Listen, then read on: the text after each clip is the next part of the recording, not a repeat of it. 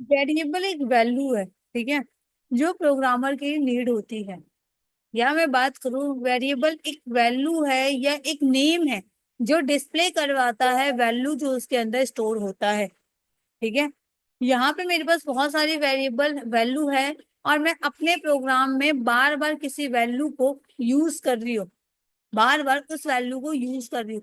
कई बार मुझसे डिजिट में मिस्टेक हो सकता है या कुछ भी मैं इंटर कर रही हूँ बार बार, उसमें मेरे लिए एक normally little bit basically mistake हो ही जाएगा कहीं ना कहीं। ठीक है, प्रोग्रामिंग एक या दो लाइन की होती नहीं है, बेसिकली प्रोग्रामिंग होती है नंबर ऑफ लाइन की। ठीक है, और उस नंबर ऑफ लाइन में कहीं ना कहीं मैं एक ही वर्ड को बार बार जब यूज करूंगी ना, तो कहीं ना कहीं मुझसे छोटी सी छोटी मिस्टेक होनी ही है। ठीक है, तो उस मिस्टेक को वेरीफाई करने के लिए हम वेरिएबल बनाते हैं, जिसके अंदर एक नेम हम दे देते हैं और उस नेम के अंदर मैं वो वैल्यू असाइन कर देती हूँ। ठीक है, और वो नेम बेसिकली डिस्प्ले करवाता है उस वैल्यू को जो मैंने उसके अंदर असाइन किया।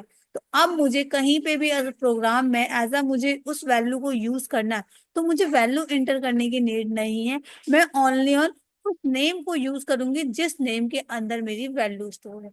It's called variable. वैल्यू के बाहर बात चेंज हो सकती है या फिक्स रहेगी? क्या कह रहे हो? वैल्यू क्या चेंज हो सकती है या फिक्स रहेगी? बेसिकली क्या होता है, वेरिएबल में वैल्यू फिक्स नहीं होती है, आपकी वेरिएबल भी फिक्स नहीं होती है। पाइथन में आप टर्मिनल से एग्जिट होते हो और वो वैल्यू बेसिकली हट जाता है, वेरिएबल हट जाता है। आप अगर फाइंड करो वहां पे टर्मिनल पे जाके, तो बेसिकली आपको वो चीजें नहीं मिलेगी। सो अगर मैं सीएमडी पे जाती हूँ और सीएमडी में पाइथन सेल पे चली जाती हूँ, सी, और अगर मैंने यहाँ पे 10 दे दिया, इट्स अ वेरिएबल। ठीक है, और मैंने यहाँ पे ए किया, प्रिंट करवा दिया ए को, इसने डिस्प्ले करवा दिया मुझे 10 को इसके अंदर है।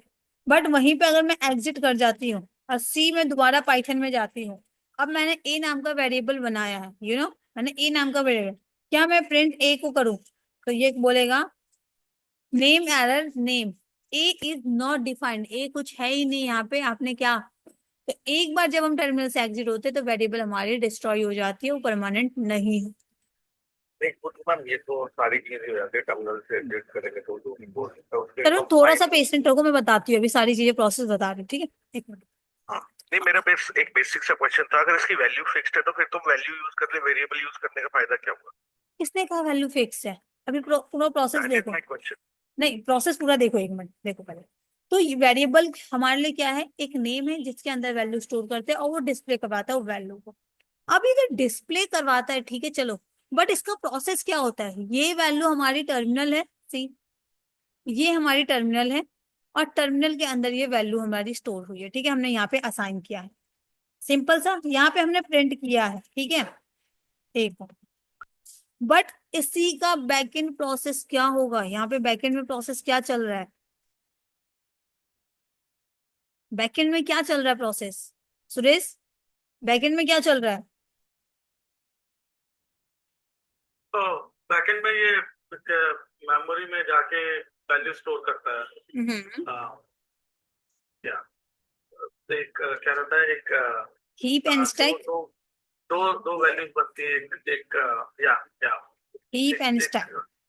एक हीप और स्टैक, स्टैक।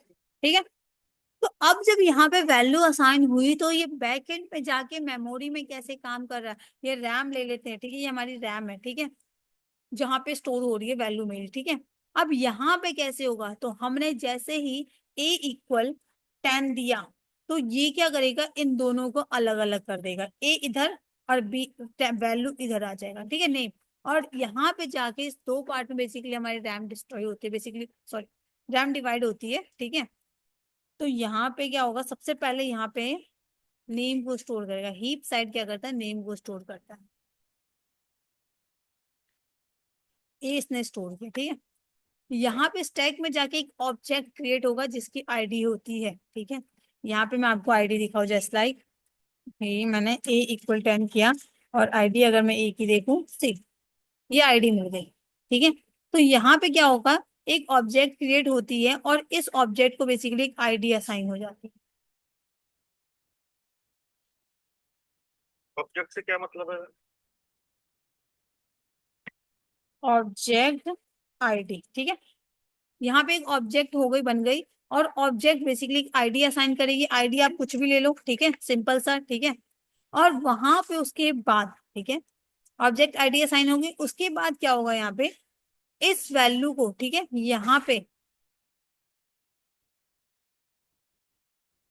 यहाँ पे इसको 3 पार्ट में डिवाइड कर दिया जाए। इस ऑब्जेक्ट को 3 पार्ट में डिवाइड किया जाता है। फर्स्ट पार्ट आपकी रहेगी जिसमें वैल्यू असाइन, ठीक है, हमारी 10 वैल्यू इसके अंदर चली है। उसके बाद दूसरा जो पार्ट हमारा रहेगा, दूसरा क्या होगा सुरेश, दूसरा इस चीज part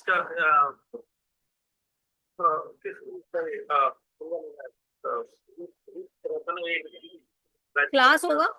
class, class, exactly, class and reference number. हाँ राइट। तो दूसरा हमारा क्लास हो गया और तीसरा हमारा रेफरेंस नंबर हो गया, ठीक है। अब इसके अंदर मेरी वैल्यू हो गई आसान। ओके। अब यहाँ पे एक ऑब्जेक्ट आईडी मिल गया, एक ऑब्जेक्ट बन गया, ठीक है। ऑब्जेक्ट बना, यहाँ पे इसको ये सारी चीजें असाइन हो गई। और यहाँ पे असाइन होने के बाद अब मेरा हो गया b = 10, ठीक है। बी इक्वल भी 10 हो गया, ठीक है। अब ये बी भी क्या करेगा, यहाँ पे जाएगा हीप साइड में, ठीक है। और यहाँ पे जाके, यहाँ पे सबसे पहले नेम स्टोर होगा।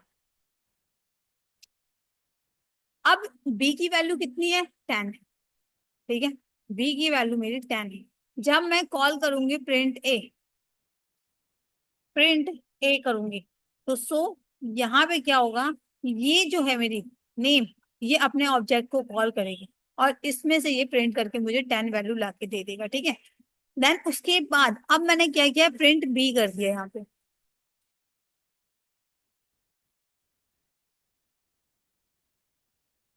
प्रिंट बी, प्रिंट बी क्या करेगा, इसकी वैल्यू कितनी है, 10, ठीक है। वैल्यू तो चेंज नहीं है, तो सेम ही वैल्यू है। तो ये भी क्या करेगा, इसी ऑब्जेक्ट को कॉल करेगा, अदर ऑब्जेक्ट को कॉल नहीं करेगा, बिकॉज वैल्यू सेम है, ठीक है।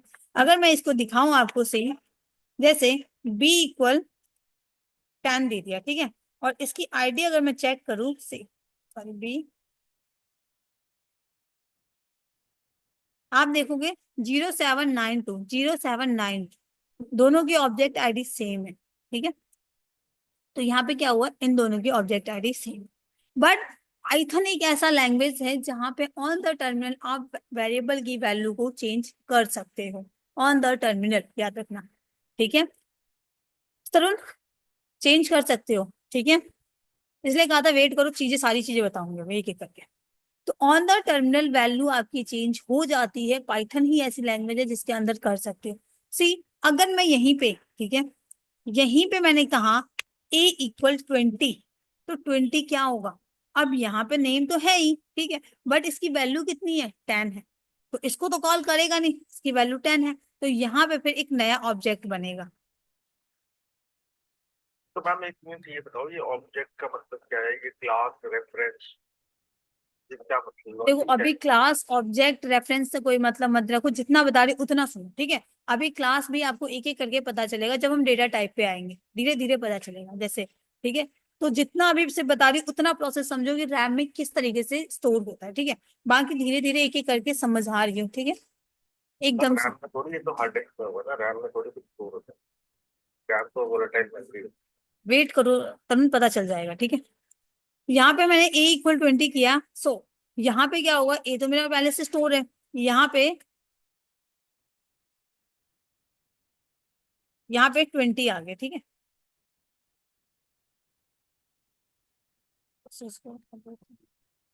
20 है, ठीक है। यहाँ पे क्लास डिफाइन हो जाएगा। क्लास के बाद यहाँ रेफरेंस हो जाएगा, ठीक है।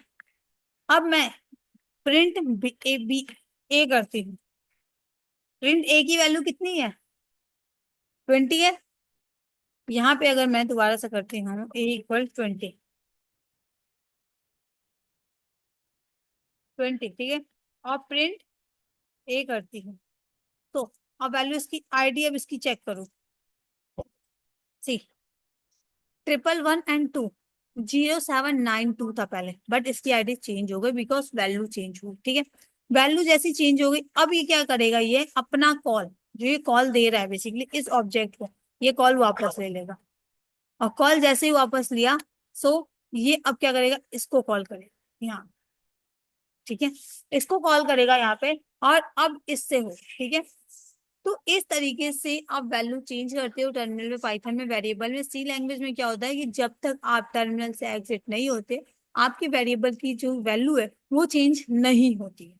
आपको टर्मिनल से एग्जिट करना पड़ेगा, देन इसके बाद आपको वैल्यू बेसिकली चेंज करवाते हो, ठीक है। बट पाइथन में ऑन द टर्मिनल अगर आपने कोई वैल्यू असाइन कर दिया है, बाय मिस्टेक उसकी वैल्यू को चेंज करना है, ठीक है, तो ऑन द टर्मिनल आप कर सकते हो। ऐसा कुछ नहीं है कि टर्मिनल से एग्जिट करो तभी होगा, आप उसी समय आप अपने वेरिएबल में दूसरी वैल्यू को असाइन कर सकते हो, ठीक है।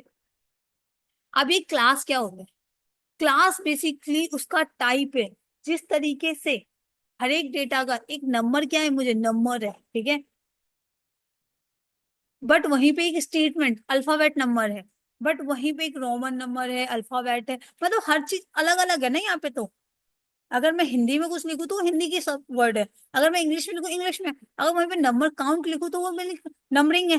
तो तीनों अलग अलग है ना। उसी तरीके से पाइथन में जो भी आप वैल्यू स्टोर कर रहे हैं उसके भी पार्ट है, टाइप है, उसको भी अलग अलग कैटेगरी में रखा गया है। तो उसे हम क्लास कहते हैं, जिसे हम डेटा टाइप के नाम से डिफाइन करते हैं। जहाँ पे इंट हो गया, फ्लोट हो गया, हमारे पास 14 टाइप की डेटा होती है जो पाइथन में यूज किया जाता है, जिसे हम क्लास का नाम दिया जाता है। तो क्लास हमारी डेटा टाइप है जो डिफाइन करता है। अगर मुझे इसका टाइप देखना है, अगर मुझे इसका टाइप देखना है, सी इंटीजर दिखाएगा, बिकॉज ये मेरी वैल्यू बेसिकली एक नंबर है, सो ये इंटीजर होगी। तो क्लास हमारी डेटा का टाइप होता है, वैल्यू का टाइप होता है, किस टाइप का है उसके। मैम उसको अगर ए इक्वल टू आप एक्स वाई जी सेव करना है इसको अल्फा न्यूमेरिक, मतलब सॉरी अभी उस पर बात अरिथमेटिक है। करेंगे, डेटा टाइप जब हम करेंगे, बस इतना समझ लो क्लास होता है, ठीक है। अभी हम लोग एक एक डेटा टाइप को डिफाइन करेंगे, ठीक है। हाँ, तो अभी इतना समझो, क्लास हमारी डेटा टाइप होती है जो वैल्यू की टाइप डिफाइन करता है कि वैल्यू किस टाइप का है। देन दूसरी चीज रेफरेंस नंबर। अब ये रेफरेंस नंबर ये होता है बेसिकली कि एक ऑब्जेक्ट को कितने ऑब्जेक्ट कॉल कर रहे हैं। जस्ट लाइक कि ए और बी की वैल्यू दोनों की सेम है, 10 है, तो मतलब दो रेफरेंस हो जाएंगे, दो रेफरेंस हो जाएंगे, बिकॉज ए और बी दोनों ही कॉल कर रहा है। बट वहीं पे अगर सी की वैल्यू भी मैंने कर दिया 10, तो मतलब तीन रेफरेंस हो जाएंगे, ठीक है। तो ये रेफरेंस डिनोट करता है कि कितने बेसिकली नेम इसको कॉल कर रहा है, तो उसे रेफरेंस कहते हैं। अगर मैंने यहाँ पे से एक हटा दिया है और ए की वैल्यू 20 कर दी, तो अब इसके पास बी कॉल कर रहा है, तो ओनली इसके पास रेफरेंस एक हो जाएंगे, वन होगा, सिंपल सा। तो रेफरेंस बेसिकली डिनोट करता है कितनी वैल्यू इसको कॉल कर रही है, that's it. Class basically data का टाइप है जो हम आगे करने वाले हैं। 14 टाइप के डेटा टाइप होते हैं, इतना याद रखना, ठीक है। वैल्यू जो आपने असाइन किया है, ठीक है, ऑब्जेक्ट बनता है। तो हम्म। कहने का मतलब ये हो गया कि जो मेमोरी हमारी ये दो सेक्टर्स में डिवाइडेड है, हीप और स्टैक में। हीप में मेरे नाम है और स्टैक में वैल्यूज है, और हर एक वैल्यू के लिए एक ऑब्जेक्ट बनेगा। बट जब तक मेरा नाम कॉमन है तो वो एक ही, और वैल्यू सेम है, नाम अलग अलग हो रहे हैं, तो वो एक ही ऑब्जेक्ट क्रिएट करेगा, उसी को रेफर करेगा, प्रिंसिपल नहीं क्रिएट बिल्कुल। एक ही करेगा। कॉल करेगा, दूसरे को नहीं करेगा, बिकॉज वैल्यू सेम है, ठीक है। तो क्योंकि एक तरह से पाइथन बेसिक, ऑप्टिमाइज हो जाता है। हाँ, हाँ पाइथन ये कहता है कि बेसिकली कि आप अगर सेम ही चीज है तो क्यों स्पेस को खत्म किया जाए। स्पेस को हाँ, वही बहुत ही, मेमोरी। हाँ, यूटिलाइज करता है बहुत ही अच्छे तरीके से, जिससे कस्टमर को, क्लाइंट को प्रॉब्लम ना हो। बट दूसरी चीज, वहीं पे अगर मेरे ए एंड बी दोनों ही वैल्यू चेंज हो जाए, दोनों की वैल्यू चेंज है, मतलब अब ना ए कॉल कर रहा है ना बी कॉल कर रहा है, सो अब क्या होगा सुरेश, पता है। तो अच्छा, मैं भूल गया कुछ देर देर तक रखता है, तो उसके बाद उसको वाइप आउट कर देता है, ऐसा कुछ रहता है, जैसे देख के भी रखता है। तब तो समटाइम्स मेमोरी में रखता है, तो उसके बाद वाइप आउट कर देता है। करेक्ट। हाँ, गार्बेज बेसिकली कलेक्टर। रिमूव तो कर ही देता है, बट एक फंक्शन होता है ना जो रिमूव करता है। Garbage collector. Right, garbage. Right, right, बिल्कुल सही।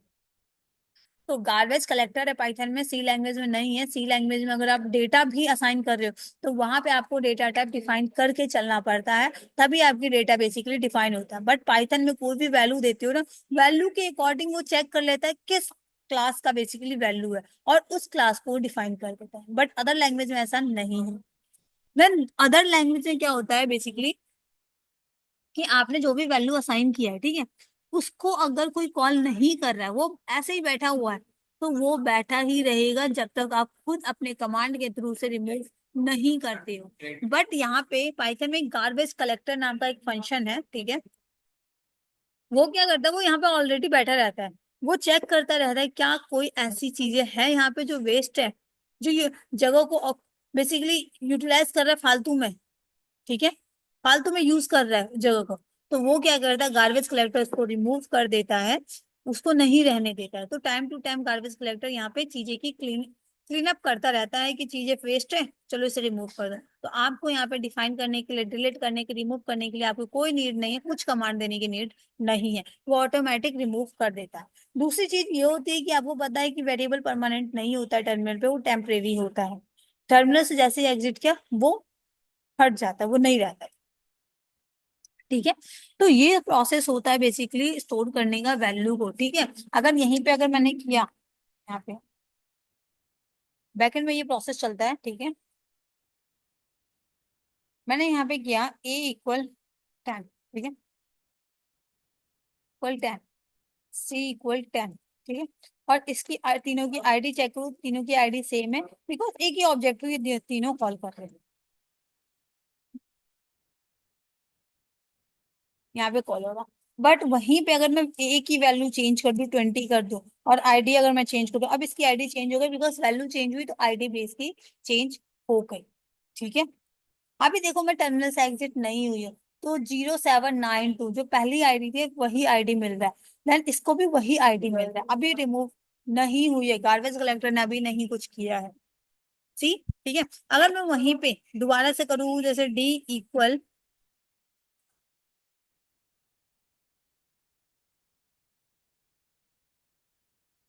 देखो इसकी बेसिकली ऑब्जेक्ट आईडी अलग है, तो हर एक की ऑब्जेक्ट आईडी अलग होती है। अगर मैं वहीं पे करूँ, इसका टाइप अगर देखूँ तो टाइप सबका एक ही है, इंटीजर कहलाएगा ये, इंटीजर। वहीं पे अगर मैंने इस तरीके से दे ईशा दे दिया, क्या आएगा सुरेश? सुरेश बताओ क्या आएगा टाइप? राइट, स्ट्रिंग आएगा, एसटीआर जिसे कहते हैं। तो यहाँ पे डेटा का अलग अलग टाइप होता है जिसे हम क्लास कहते हैं, ठीक है। और ये हमारे पास 14 टाइप। तो वेरिएबल समझ में आए, वेरिएबल एक नेम है जिसके अंदर वैल्यू को स्टोर करते हैं और उस वैल्यू को यूटिलाइज करते हैं अपने प्रोग्राम के अंदर, ठीक है। जस्ट लाइक मैं कह सकती हूँ कि मैंने वैल्यू ए के अंदर असाइन कर दिया, बी के अंदर मैंने अपनी वैल्यू असाइन कर दिया है, और अब मुझे दो वैल्यू को कंपेयर करना है, ठीक है, 10 और 20 को। तो मैं ए बी को कंपेयर करूंगी, ना कि 10 और 20 को कंपेयर करूंगी, डिफाइन नहीं करूंगी। मैं सिंपल सा उस नेम को यूज करूंगी जिसके अंदर मेरी वैल्यू स्टोर है, ठीक है? और जब स्टोर होता है, ये दो पार्ट में डिवाइड होता है, हीप एंड स्टैक में। हीप में बेसिकली नेम को स्टोर करता है, स्टैक में एक ऑब्जेक्ट क्रिएट करता है, और उस ऑब्जेक्ट के अंदर वैल्यू सबसे पहले असाइन करता है, फिर क्लास असाइन करता है, और फिर वो चेक करता है जितने बेसिकली नेम उसे कॉल करेगा उतने रेफरेंस नंबर बढ़ते जाएंगे। बट अगर कोई कॉल नहीं कर रहा है तो गार्बेज कलेक्टर क्या करता है, इसे थोड़े टाइम में रिमूव कर देता है, आपको डिफाइन करने की नीड नहीं हो। तो ये था आपका। डिफॉल्ट गार्बेज कलेक्टर कितने टाइम में रिमूव कर देता है? अगर मैं एक तो तब हो गया मैं टर्मिनल से देखो टाइम इसका कोई डिफाइन नहीं है, गार्बेज कलेक्टर का कोई टाइम डिफाइन नहीं है, बट हाँ कह सकते हैं कि मतलब कुछ टाइम में, मतलब इसका कोई टाइम डिफाइन नहीं है, बट थोड़े से टाइम में डिफाइन बेसिकली हटा देता है। मान के चलो एक दिन ले लो, अगर एक ट्राई करना है कि आज ऑब्जेक्ट बनाना, देन इसके बाद कल उसको कॉल मत कराना, उसकी वैल्यू को चेंज कर दो, और देन कल देखना रिमूव करता है नहीं करता है, देख लेना ऑब्जेक्ट आईडी सेम मिल रही है नहीं। ठीक है, कोई बात नहीं होगी। हाँ उसका टाइम पीरियड बेसिकली डिफाइंड नहीं है, ठीक है। तो इस तरीके से किया जाता है।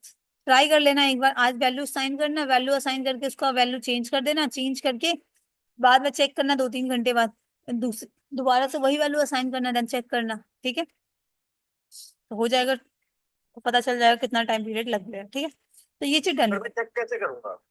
चेक आईडी याद कर, आईडी से पता चल जाएगा वो तो। आईडी से कैसे चेक करूंगा? मान लीजिए मैंने एक ऑब्जेक्ट बनाया इक्वल टू 10 और सुरेश फिर कैसे एक, करेंगे आईडी से चेक?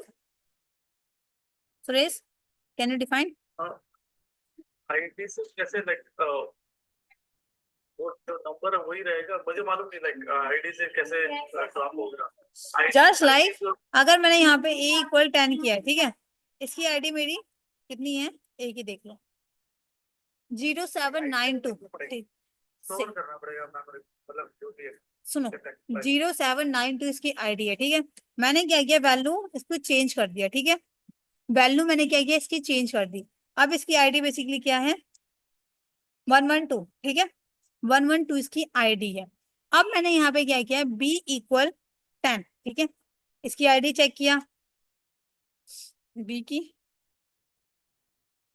0792 है, ठीक है। अब मैंने बी की वैल्यू भी चेंज कर दिया। अब क्या करूंगी, कल, मतलब कल, ठीक है, सी में वैल्यू असाइन करना 10, और 10 को असाइन करने के बाद सी की वैल्यू आईडी चेक करना, क्या सी की वैल्यू 0792 मिल रही है, मतलब सेम ऑब्जेक्ट में असाइन हो रहा है। बट अगर नहीं मिल रही तो मतलब ये ऑब्जेक्ट रिमूव कर दिया गया, नया ऑब्जेक्ट में आपको वैल्यू इस तरीके से चेक कर सकते हो, सिंपल सा। अगर अभी आप देखोगे तो 0792 ही मिल रही है 10 वाले को, क्योंकि अब ये वो ऑब्जेक्ट अवेलेबल है। ऐसा तरीका नहीं है, तो मैं ये देख सकता हूँ कि इस आईडी के अगेंस्ट क्या वैल्यू सेव है। नहीं, ऐसा कोई तरीका नहीं है। ये बेसिकली बैकएंड में होता है, सारी चीजें आपको आईडी देखने के लिए दे दिया कि ठीक है देख लो, आईडी के थ्रू आप देख के पता कर सकते हो चीजों को। आईडी आपकी बेसिकली जो आईडी आपको मिली है वो वही तो डिनोट कर रहा है, सेम ऑब्जेक्ट को कॉल हो रहा है अलग ऑब्जेक्ट को, आईडी चेंज है। मतलब ठीक है, मैं नाम से देखूंगा ना कि आईडी से बेसिकली। ठीक है, तो इस तरीके से सुरेश समझ में आए कैसे चेक करोगे। क्या यार, हाँ ठीक। एक्चुअली वही है। तो तब क्वेश्चन ये था करूंगा कि आईडी नंबर मुझे याद रखनी पड़ेगी, जो नंबर अभी आज है, और जब भी मैं दोबारा चेक करूँ नई वैल्यू के साथ, सेम वैल्यू के साथ नेक्स्ट टाइम, तो वो सेम सेम ऑब्जेक्ट आईडी दे रहा है कि नहीं, क्या मुझे वो नंबर कॉपी करना पड़ेगा कि दोबारा नेक्स्ट उसे डे सेव चेक करना करने के लिए? पड़ेगा, उस क्या नंबर को सेव करके रखना पड़ेगा, तभी पता चलेगा कि वही मिली है या नहीं मिली। वरना लास्ट के 4 डिजिट याद कर लो तो पता चल ही जाता है, लास्ट के 4 डिजिट याद है, कल देखेंगे आईडी तो वही इतना तो माइंड में रह ही जाता है, डिजिट भूलते तो है नहीं इतनी जल्दी। तो मैं जो देख रहा हूँ कि इसका कोई फिक्स डिफॉल्ट टाइम नहीं होता, वो कॉम्बिनेशन पे चलता है, वो साइक्लिक गार्बेज कलेक्टर और कॉम्बिनेशन चलता है, जब तक वो जीरो काउंट नहीं हो जाता अपने आप करता है, इट मैनेज और हाँ, ये खुद टाइम। ऑटोमेटिक हो जाता है, वो ऑटोमेटिक होता है, उसका कोई टाइम पीरियड अभी डिफाइन नहीं किया गया है। हम्म। एक बात बताइए ना, मतलब यहाँ पे क्वेश्चन तो ये था, मैंने ए को वैल्यू 10 दे दी, हम्म। और फिर मेरी उसका एक ऑब्जेक्ट आईडी सेव रहेगा, ठीक है। हम्म। अब मैंने ए की वैल्यू चेंज कर दी 20, तो मैं हम्म। देखना चाह रहा हूँ, तो एक 10 का ऑब्जेक्ट आईडी था, वो अभी एग्जिस्ट करता है कि नहीं, क्या उसका कोई मतलब नहीं, अगर गार्बेज कलेक्टर हटा देगा तो मुझे इसकी चिंता करने की जरूरत नहीं। मैं तो अपनी वैल्यू देखूंगा, अब अगर एक वैल्यू 20 यूज होनी है तो 20 यूज होगी। मैं समझ नहीं पाई आप क्या कहना चाह रहे हो। जस्ट लाइक कि ए की वैल्यू आपने 10 दिया है, ठीक है, हाँ जी। आपने उसकी ऑब्जेक्ट आईडी जो भी है 0792 मान के चलते हैं, ठीक है, हाँ, फिर अब मैंने उसके एक की वैल्यू चेंज कर दी। चेंज कर दिया, 20 कर दिया आप, ठीक है। हाँ, तो मैं अब ये देखना चाह रहा हूँ कि पहले वाला जो ए की वैल्यू 10 का ऑब्जेक्ट आईडी था वो अभी भी एग्जिस्ट कर रहा है या नहीं। तो चेक तो कर दिया, ये रहा, ये पहले वाला ही तो कर रहा है ना, ये रहा, ए की वैल्यू है 0792, फिर मैंने बी की ए की वैल्यू 20 कर दिया 10 से हटा के, इसको नई ऑब्जेक्ट आईडी मिल गई। तो अब मैं ये देखना चाहता हूँ अभी यहीं तक इसी स्टेज पे कि जो ऑब्जेक्ट आईडी 792 थी वो एग्जिस्ट करती है तो कि हाँ, यहाँ देखो ना, फिर मैंने बी को 10 असाइन कर दिया, मैंने बी को नहीं। 10 असाइन किया, और फिर इसकी आईडी चेक किया तो 0792 है ऑब्जेक्ट आईडी अभी। तो इनको असाइन करके तो मैं एक और वेरिएबल क्रिएट करूँ ना, बिना उसके मैं देखूँ। विदाउट कैसे नहीं करोगे कोई, विदाउट नहीं कैसे नहीं, करोगे। दो चीजें हैं इसके क्वेश्चन में, दो चीजें हैं। फर्स्ट थिंग, तरुण, जो योर आंसर लॉजिक इज कि मैंने अभी ए का रेफरेंस ही हटा दिया, मैंने ए को से उस पर डाल दिया, लेकिन मेरा जो ऑब्जेक्ट आईडी अभी पड़ा हुआ है, तो उस पे वैल्यू जो पड़ी हुई है अभी भी किसी को रेफरेंस कर रहा है कि, या वो कितने देर बाद हटेगा, ठीक है, ये एक है।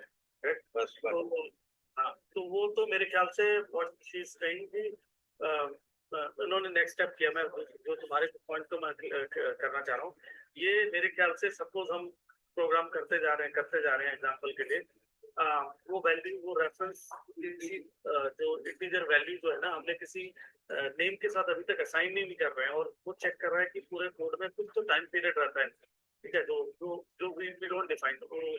पाइथन के अंदर ही होगा। वो तो ऑब्जेक्ट आईडी पड़ी रहेगी विदाउट नेम असाइनमेंट के साथ, हाँ पड़ी रहेगी। सपोज चलो 20 मिनट का टाइमर है पाइथन के साथ, ठीक है, बैक एंड पे 20 मिनट का एग्जांपल, मैं गिविंग एन एग्जांपल। अगर 20 मिनट के बाद पीछे दोबारा आती हैं और b इक्वल टू 10 दोबारा करती हैं, तो वो ऑब्जेक्ट आईडी यूज नहीं, वो कैसे, वो कितने टाइम तक चलता है वो नहीं मालूम। 90792 will not be use against b10, जो वैल्यू तक पड़ी हुई है ना, वो नहीं मालूम कब तक चलता है। वो वही चेक करने के लिए हमें नेक्स्ट डे चेक करना पड़ेगा। You got my point. हाँ, मतलब नेक्स्ट डे भी आप कैसे चेक करोगे? या तो किसी वेरिएबल को असाइन करोगे, नहीं बराबर, तो वही करना पड़ेगा। अगर जब असाइन कर दिया तो वो रहेगा ही रहेगा। नहीं नहीं नहीं, वो क्या पता, बराबर यही बोल रहा कि उसका टाइमर भी पता है कि उसने उड़ा दिया, बोले कि यार बहुत देर होगी है, मेरे तो 20 मिनट से ऊपर या 25 मिनट प्रोग्राम देखता जा रहा है, मेमोरी खा रहा है, और कोई नेम नेम वैल्यू, उस वैल्यू के साथ कोई नेम का असाइनमेंट नहीं हो रहा है, क्योंकि पिग्मी में रिमूव पे, तो वो पता नहीं, वो लॉजिक नहीं मालूम है। वो इवन मैं देख रहा हूँ गूगल पे भी नहीं दिखा रहा, उसका कुछ अलग ही लॉजिक करता है, साइक्लिक गार्बेज कलेक्शन करता है। कोई बात नहीं, इतना इम्पोर्टेंट है, वो अपने आप बैकएंड में दिखा देगा। हाँ, और दूसरा चीज, एक चीज कि जो ऑब्जेक्ट आईडी है ना, ऑब्जेक्ट आईडी के अगेंस्ट जब भी तुम देखोगे ना, जब तक वो गार्बेज कलेक्टर नहीं चलेगा, हमेशा तुम्हें वैल्यू 10 ही दिखाएगा। अगर आप ये सोच रहे हो ना कि भाई मैं बोलूँ कि यार मैं 20 मिनट बाद चेक करता हूँ कि वो ऑब्जेक्ट आईडी में वो वैल्यू पड़ी है कि नहीं, करेक्ट? तो आपको कमांड चाहिए, कुछ कमांड आईडी या ऑब्जेक्ट आईडी इक्वल टू 90792, तो वैल्यू दिखाए मुझे, you wanted to see that, correct? वो कमांड तो मुझे मालूम नहीं है कि पाइथन में है कि नहीं, कि ऑब्जेक्ट आईडी का भी वैल्यू दिखाएगा कि नहीं, शायद ईशा बता देंगे मेरे ख्याल से। बट ऑब्जेक्ट आईडी के अगेंस्ट बट वैल्यू रहेगी जब तक गार्बेज कलेक्टर नहीं चलेगा। अगर सब हमारे पास कमांड भी है ना, तब तक गार्बेज कलेक्टर जब तक उसको नहीं चलेगा, तब तक तो वैल्यू रहेगी रहेगी। और ऑब्जेक्ट आईडी पे असाइन होगा उसको, ऑब्जेक्ट आईडी भी असाइन होगा, क्योंकि ऑब्जेक्ट आईडी के अगेंस्ट देख रहे हैं वैल्यू। Right right. तो बैकएंड है वो। राइट, सही बता रहे सुरेश। बेसिकली यही प्रोसेस होता है कि जब तक गार्बेज कलेक्टर नहीं चलेगा वो आईडी आपकी रहेगी ही। जैसे ही गार्बेज कलेक्टर चल गया, ठीक है, वो नोटिस करता है गार्बेज कलेक्टर कि क्या इसे कोई ऑब्जेक्ट कॉल कर रहा है या नहीं कर रहा है। ऑब्जेक्ट कोई कॉल नहीं कर रहा है, मतलब कोई वैल्यू उसको कॉल नहीं कर रहा है, किसी को असाइन नहीं कर रहा है, वो वेस्ट रखा हुआ है, तो वो ऑटोमेटिक वहां से हटा देता है। जैसे टैम्प में होता है, लिनक्स का अगर टैम्प फोल्डर अगर आप लोग देखते हो, तो उसमें कोई टाइम पीरियड नहीं डिफाइन होता है। आपकी टेम्परेरी डेटा होती है उसमें टैम्प में, और उसके अंदर कुछ टाइम में वो आपके सारे टेम्परेरी डेटा को रिमूव कर देती है। उसी तरीके से यहाँ पे जो डेटा रखी है, गार्बेज कलेक्टर क्या करती है, पहले नोटिस करती है, नोटिस करने के बाद उस डेटा को वहां से रिमूव कर देती है जो यूटिलाइज नहीं हो रहा है। बाकी आईडी वाईडी देखने के लिए, आईडी जैसे सिंपल सा कमांड मारो, ये बिल्ट इन फंक्शन है, ठीक है। अब मैं जब तक आईडी को बताऊंगी नहीं किसका मुझे आईडी दिखा, तब तक कहाँ से दिखा पाएगा, किसी का नहीं दिखाएगा ना मुझे। तो मैं उसे जब तक किसी वेरिएबल का नाम नहीं दूंगी, तब तक वो आईडी मुझे शो नहीं करेगा। ये याद रखना, आपको यहाँ पे डिफाइन करना पड़ेगा किसकी आईडी देखनी है। तो आप क्या कर सकते हो, अगर यही चीज वहां पे नाम दोगे नेम वेरिएबल का, तभी वो आईडी दिखाएगा, अदरवाइज नहीं दिखाएगा। ठीक है, तो आईडी बेसिकली हम लोग देख लेते हैं ऑब्जेक्ट की। तो ऐसा नहीं है कि हमारे पास की आईडी से दिख जाएगा, या अदर कमांड से आप गूगल पे सर्च कर लेना, इसका कोई कमांड नहीं मिलेगा आपको। आईडी सिर्फ हम लोग क्या यूज करते हैं, आईडी बेसिकली हम लोग वेरिएबल की ऑब्जेक्ट आईडी देखने के लिए यूज करते हैं, आईडी कमांड जो होता है, ठीक है। ऑब्जेक्ट आईडी बेसिकली चेक करने के लिए हम लोग आईडी कमांड को यूज करते हैं पाइथन में। बाकी लैंग्वेज में तो ये सारी चीजें भी नहीं होती है, पाइथन तो ठीक है काफी। ठीक है सुरेश। मैम, अब मेरा एक बेसिक सा क्वेश्चन है यहाँ पे। अब अगर एक की वैल्यू 10 ही यूज होनी है, हाँ, तो मैं ये वेरिएबल यूज बताऊंगा सीधा 10 ही डिफाइन करूंगा। क्या कह रहे, थोड़ा लाउड बोलो, मेरे को आवाज नहीं आ रही है। मैं बोल रहा हूँ अगर सब जगह एक की वैल्यू 10 ही यूज होनी है, हाँ, तो मैं ये वेरिएबल यूज क्यों कर रहा हूँ? सीधा फिर मैं 10 ही डिफाइन कर दूं हर जगह जहाँ भी करता हूँ। क्या लगता है सुरेश, हर जगह 10 ही यूज होगा, या क्या हम सिंगल में 10 ही यूज करते प्रोग्राम में? नहीं नहीं नहीं नहीं। तो तरुण का logic logical question point back to the same question जो स्टार्टिंग में पूछा था, जो उसका आंसर आपने ईशान ने दे दिया था कि वेरिएबल हम लोग ना रन टाइम पे जो भी वैल्यू मैनिपुलेट करने के लिए यूज करते हैं। अगर एक फिक्स वैल्यू डाल दी या फिक्स ऑब्जेक्ट डाल दिया तो फिक्स इसको बोलते हैं स्टैटिक और फिक्स बोलते हैं, और वो डाल दिया तो वो फिर वो चेंज नहीं होता। लेकिन वेरिएबल की ये वेरिएबल का काम ही होता है कि you can manipulate the values. A equal to 10 B, last time पे बी का असाइनमेंट को चेंज कर सकते हैं। वेरिएबल का मतलब तो यही है। बट एक ही प्रोग्राम में a इक्वल टू 10 ही रहेगा ना, एक बार 10 डिफाइन कर दिया हाँ, वो डिफाइन कर दिया तो तब तो वही रहेगा। तो फिर वही क्वेश्चन आ गया, a यूज करने की जरूरत नहीं हुआ तो फिर 10 यूज तो कैसे यूज करोगे 10? यूज कैसे करोगे? कोई असाइनमेंट रहेगा ना, किसी को भी दोगे ना। यार, जहाँ पे a यूज करता है a की जगह 10 डिफाइन करूंगा, सिंपल। हाँ ठीक है, तो अब मैं पूरे प्रोजेक्ट पूरे कोड में 10 10 10 डिफाइन कॉल करता रहूंगा, इट विल बी डिफिकल्ट मेरा लॉजिक के हिसाब से। तो वेरिएबल पे क्या होता है, जब आप नॉर्मल कॉल कर लो वो सारे, अब एग्जाम्पल के लिए 200 हो गया, 2000 हो गया, 15,000 हो गया, इतना वैल्यू तो लिखोगे नहीं आप, correct. You have to define like values के असाइनमेंट करना पड़ेगा। But your logic is correct कि अगर आपने वैल्यूज अगर सिंपल स्ट्रेट फॉरवर्ड है ना तो मैं उधर डाल दूँ। बट वेरिएबल का कंप्लीटली ये मतलब नहीं होता वेरिएबल का। वेरिएबल का मतलब ये रहता है कि आप कोई वैल्यू असाइन करो और उसको मैनिपुलेट कर सकते हो run time. That is called variable. नहीं, ये नहीं होगा सुरेश, आपने आंसर दे दिया। देखो, अगर कोई बड़ा स्ट्रिंग है या कोई बड़ा नंबर है तो उतना बड़ा टाइप करने की जगह मैं छोटा सा टाइप ए कर दूंगा, इट मेक सेंस। और हाँ, तरुण एक मिनट रुको, सुरेश एक मिनट। आप लोगों को यहाँ पे दिख रहा है यूजर एंड पासवर्ड, ठीक है, यूजर एंड पासवर्ड, ठीक है। अब मुझे वो वैल्यू स्टोर करना है, ठीक है। अब मैं हर एक जगह यहाँ पे अपना नाम या यहाँ पे पासवर्ड नहीं डिनोट करूंगी। मैंने क्या किया, एक वेरिएबल बना दिया यूजर नाम पर, ठीक है, पासवर्ड नाम का वेरिएबल बना दिया, और यहाँ पे मैंने फिक्स कर दी वैल्यू मेरी, मैं यहाँ से हटा देती हूँ 10, ठीक है, या मैं कुछ एडमिन लिख देती हूँ, ठीक है। सी, अब मैं क्या करूंगी इसको, ठीक है, पासवर्ड दे दिया AWS@123 से, ठीक है, ये डन हुआ। अब मैं इन वैल्यू को ना यूज करके सिंपल सा नेम को यूज करूं तो सही नहीं चलेगा।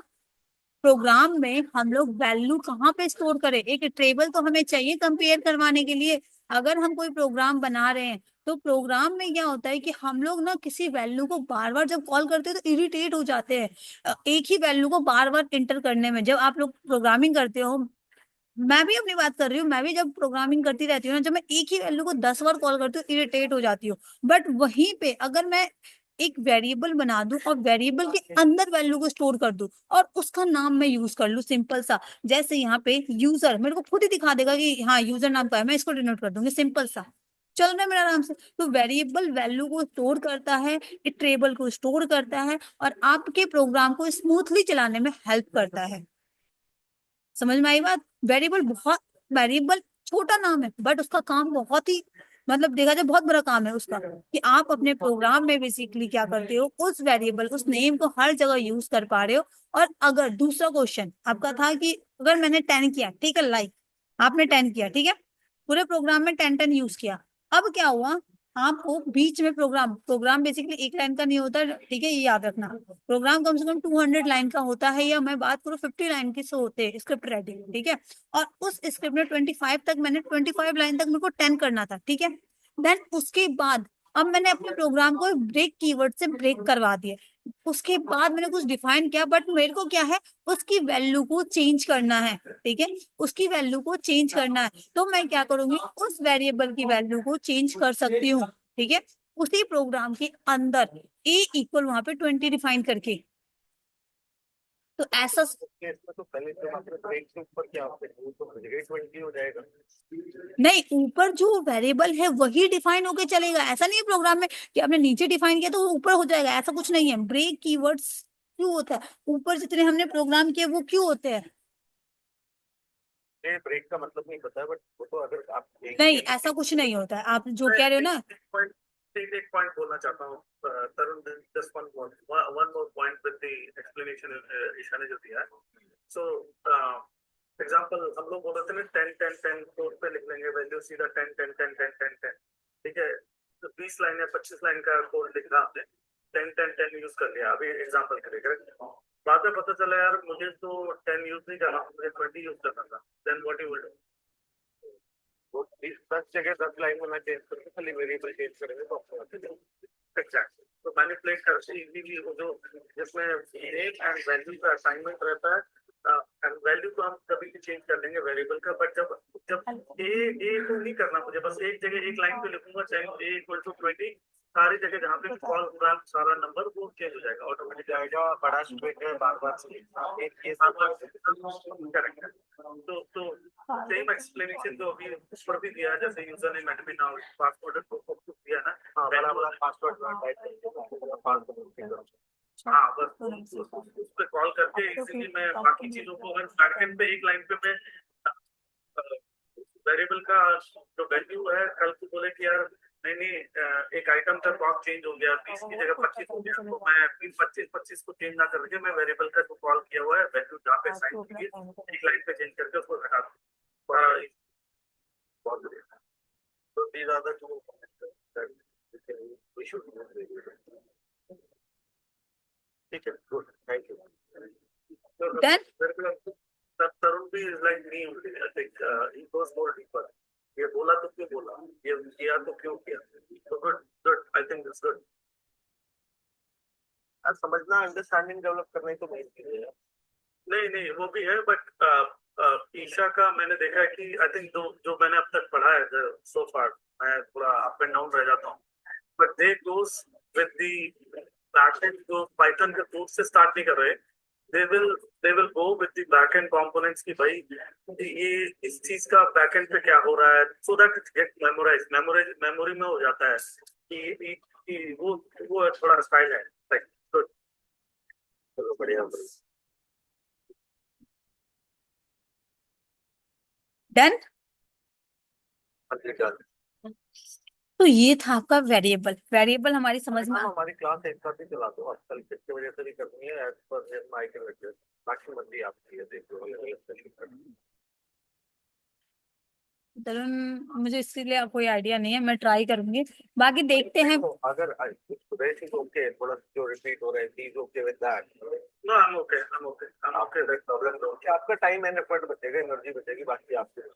राइट राइट राइट, मेरे लिए भी कंफर्टेबल है, बिकॉज एक ही चीज को 2 क्लासेस में करना है, तो एक क्लास में कर लूंगी, कंफर्टेबल है, एंड डिस्कस भी अच्छी हो सकती है, ठीक है, सिंगल पर्सन कोई प्रॉब्लम नहीं है।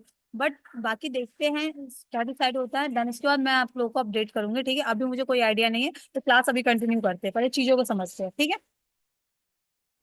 तो ये था आपका वेरिएबल। वेरिएबल बताओ, वो छोटा नाम है बट यूज बहुत होता है। आपको मैं अपने प्रोग्राम दिखाऊंगी, लाइक मेरे पास बहुत सारे प्रोग्राम पड़े होंगे, आई थिंक दिखाते हो। अभी मैंने इससे पहले रिमूव किया था एक प्रोग्राम यहाँ से। बहुत छोटा दिखाते हैं।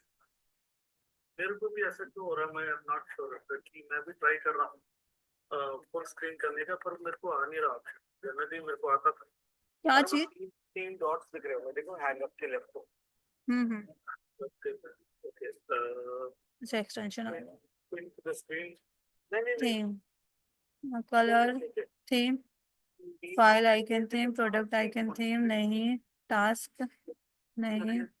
फुल स्क्रीन हो गया, बट चारों दिख रहे हैं आप लोग, वन टू। आपको स्क्रीन मेरी विजुअल नहीं है क्या? नहीं, स्क्रीन विजुअल आपकी मेरे लिए शॉर्ट हो रहा है, मतलब 4 छोटे आइकन्स बने आ रहे हैं, पता नहीं। बट दिशा आपका अभी तक क्लास कंटिन्यू रहेगा, लाइक 3 मिनट में मेरा अलग कॉल है। Okay okay, no no no, variable आज डिस्कस हमने कर लिया, कल डेटा टाइप को देख लेंगे, डोंट वरी, ठीक है। ज्यादा हम तरुण को कंटिन्यू करना तो लाइक वी कैन कंटिन्यू, मैं 3 मिनट में मैं कॉल कर रहा था आपको। Okay okay okay, no problem Suresh, problem नहीं है, बस चीजों को हमें अंडरस्टैंडिंग करना है, ये नहीं है फास्ट मूव में जाना है हमें, ठीक है। और मुझे काफी अच्छा लगा कि आपको चीजें समझ में आ रही है। हो या तो समझ में आ रही है, पर मैं मेरा शॉर्ट टर्म मेमोरी है, मैं भूल जाता हूँ बहुत जल्दी। नहीं नहीं नहीं नहीं, मैं भूलने नहीं दूंगी, डोंट वरी। तो का डिस्कशन होता रहेगा ना, तो it will be good, healthy, I think याद भी रहेगा एक दूसरे को कि भाई अच्छा, क्योंकि पाइथन इज लाइक दो चीज है जो मैंने अभी तक अपने एक्सपीरियंस में किया, या तो आप प्रैक्टिस करते रहो, घुस जाओ, इवॉल्व करो, या फिर तुम्हारे को प्रैक्टिकली मिलता रहे, या हाँ फिर तुम्हारे डिस्कशन के साथ आप क्वेश्चन आंसर जाओगे तो फोर्स हो जाएगा, पुश हो जाएगा। ठीक है। हाँ राइट, बिल्कुल सही। तो तरुण, एक काम करते, कल करते फिर कंटिन्यू, ठीक है? 10 o'clock तो हो ही चुकी ऑलमोस्ट, ठीक है? ठीक ठीक, कल करते हैं डन डेटा टाइप को, आज वेरिएबल को, बाकी मैं वीडियो अपलोड कर देती हूँ आपकी, ठीक है तरुण? ठीक है। Okay. Nice meeting you. Bye. Thank you. Okay.